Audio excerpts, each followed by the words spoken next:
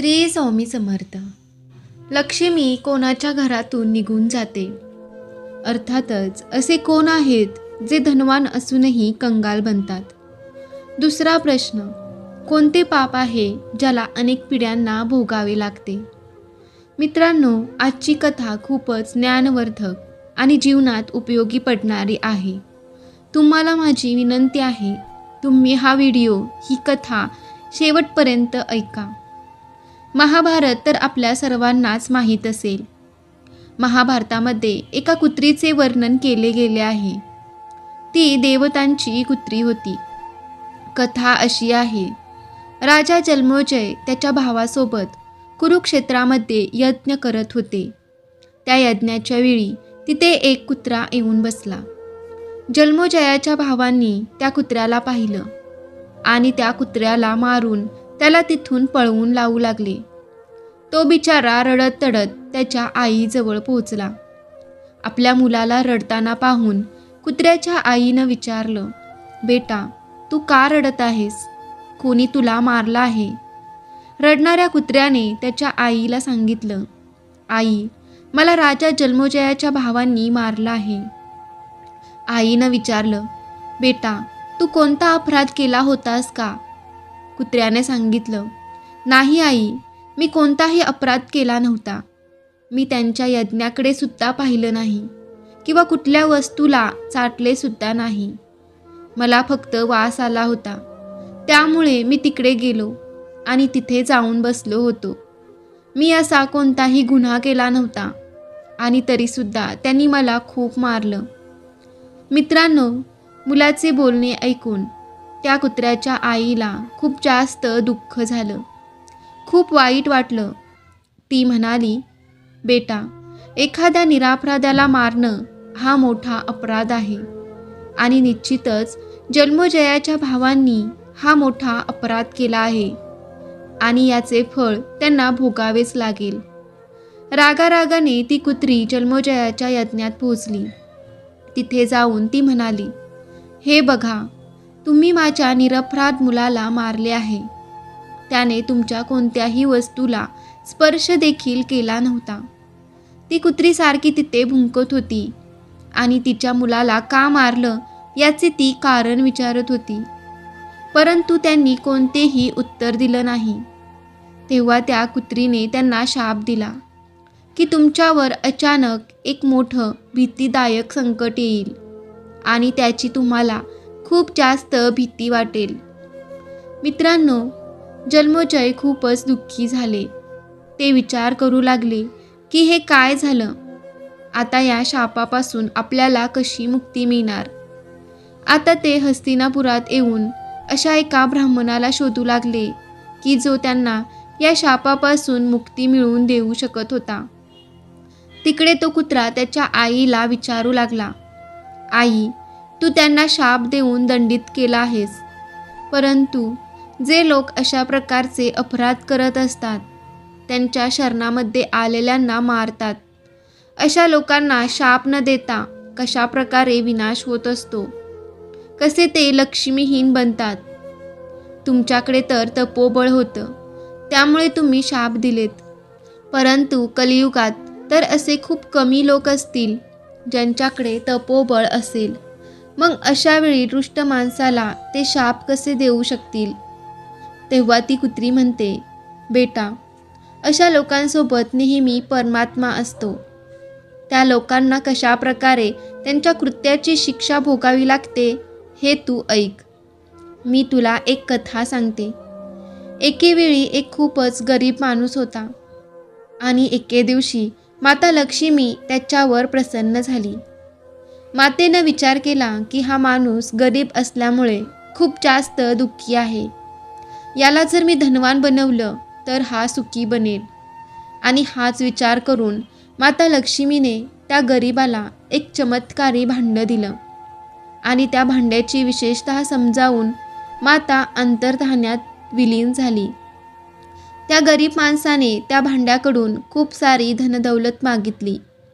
धनदौलत मिळाल्यामुळे तो खूपच श्रीमंत झाला. त्याला आता कोणत्याही प्रकारचे दुःख नव्हते. जेव्हा पण त्याला भूक लागायची तेव्हा त्या भांड्याकडून जेवण मागायचा. लक्ष्मीने दिलेला तो भांडा त्याला वेगवेगळ्या प्रकारचे जेवण बनवून देत असे. आता तर त्या गरिबाचे जीवन सुखांनी भरलेले होते. पूर्ण नगरामध्ये तो सर्वात जास्त श्रीमंत बनला होता. नगरातील सर्वात मोठा बंगला त्याचाच होता. एके दिवशी त्या नगरात खूप जोरात वादळ आलं. गरिबांच्या सर्व झोपड्या त्या वादळात उडून गेल्या. ते गरीब लोक आसऱ्यासाठी इकडे तिकडे धावू लागले. त्या वादळातून जीव वाचवत एक म्हातारी त्या बंगल्यात पोहोचली.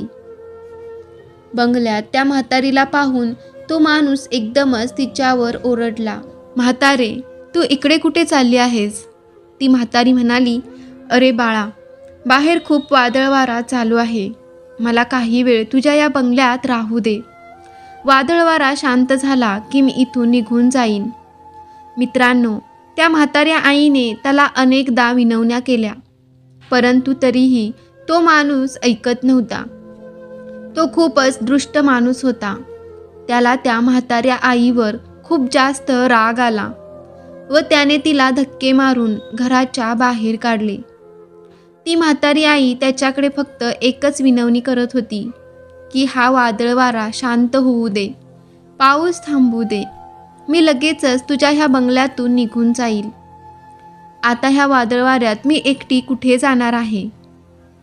त्या म्हाताऱ्या आईने त्याला खूप विनंती केल्या, परंतु तरीसुद्धा त्याला तिची दया आली नाही.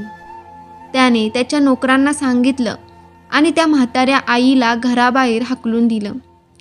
जेव्हा त्या वादळ वाऱ्यात, त्या पावसात ती म्हातारी आई गेली, तेव्हाच देवाची अशी लीला झाली की जोरात वीज चमकली आणि त्या दुष्ट माणसाच्या बंगल्यावर पडली.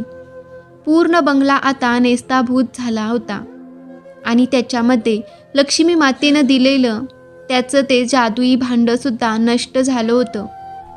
तो माणूस पाहू लागला की थोड्या वेळापूर्वी जो एका आलिशान बंगल्याचा मालक होता, आता त्याच्याकडे साधी झोपडीसुद्धा नव्हती.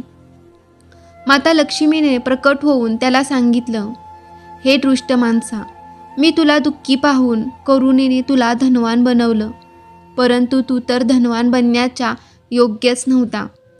असं म्हणतात की जिथे गरिबांना अपमानित केलं जातं, असा माणूस कंगाल बनतो. कोणासोबतही कटुपणे बोलणे लक्ष्मीपासून दूर जाण्यासारखे आहे. वृद्ध लोकांचा अपमान करणे, त्यांच्यावर राग करणे, त्यांना घरातून बाहेर काढणे म्हणजे साक्षात लक्ष्मीला घरातून बाहेर काढण्यासारखे आहे. ज्या घरात स्त्रियांना मानसन्मान नसतो, त्यांना सतत अपमानित केले जाते, तिथून लक्ष्मी मातासुद्धा निघून जाते. जिथे घरात आलेल्या अतिथीला मानसन्मान दिला जात नाही, अशा घरात सुद्धा लक्ष्मी माता राहत नाही. जिथे पुरुषत्व त्यागून लोक आळशी बनतात, अशा घरात सुद्धा लक्ष्मी राहत नाही.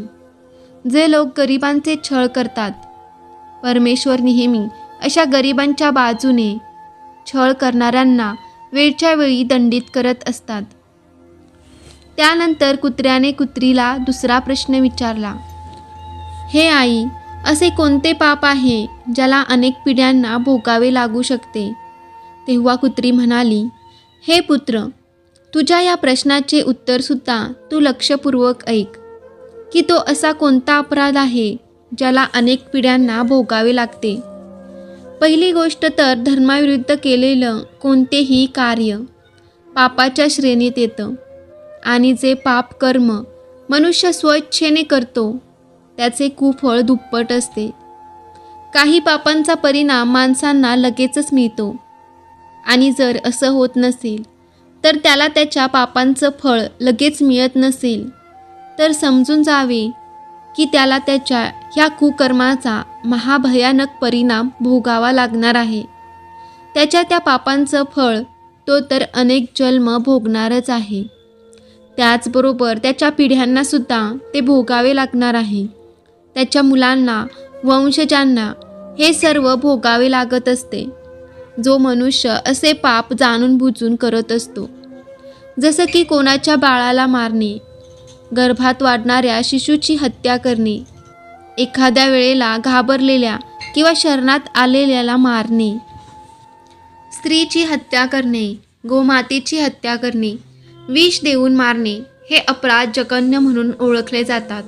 शिशु कोणाचाही असू द्या, शिशु हत्या जघन्य अपराध आहे.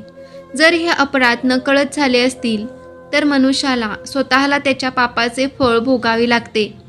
आणि जर हे पाप जाणून बुजून केले गेले असतील तर अशा वेळी त्याचे दुष्परिणाम हे अनेक पिढ्यांना भोगावे लागतात. एखाद्या शिशुला मारणे याचा अर्थ असा होतो की अशा प्राण्याला मारणे जो निष्पाप आहे, निर्दोष आहे. तो शिशु त्या वेळेला तुमचाच काय तर कोणाचाही अपराधी नसतो. ज्याने आता कुठे या जगात पदार्पण केले आहे किंवा करणार आहे, त्याची हत्या करण्याचा अर्थ असाच आहे की त्याच्या जीवनातील सर्व पापांना किंवा पुण्यांना मिटवणे. तो त्याच्या जीवनात जेवढे पाप करणार होता ते सर्व पाप मारणाऱ्याला भोगावे लागतात. तो त्याच्या जीवनात जेवढे पुण्यकर्म करणार होता ते करणाऱ्यापासून तुम्ही त्याला थांबवले आहे. याचा अर्थ असा आहे की त्याला पुण्य करण्यापासून थांबवणारे तुम्ही आहात. त्याचा पापसुद्धा मारणाऱ्याला लागतो. तो जर जिवंत राहिला असता तर त्याने त्याच्या वंशाचा किती विस्तार केला असता. आणि ह्या गोष्टीचा पापसुद्धा मारणाऱ्याला भोगावे लागते. ह्या दुनियेतील असे कित्येक लोक आहेत जे मुलाच्या आशेने मुलींची गर्भातच हत्या करतात. आणि असे लोक या जगात सर्वात मोठे महापापी समजले जातात. आणि त्यांचे हे पाप त्यांच्या कित्येक पिढ्यांना भोगावे लागते. त्यांना कोणत्याच जन्मात शांती मिळत नाही.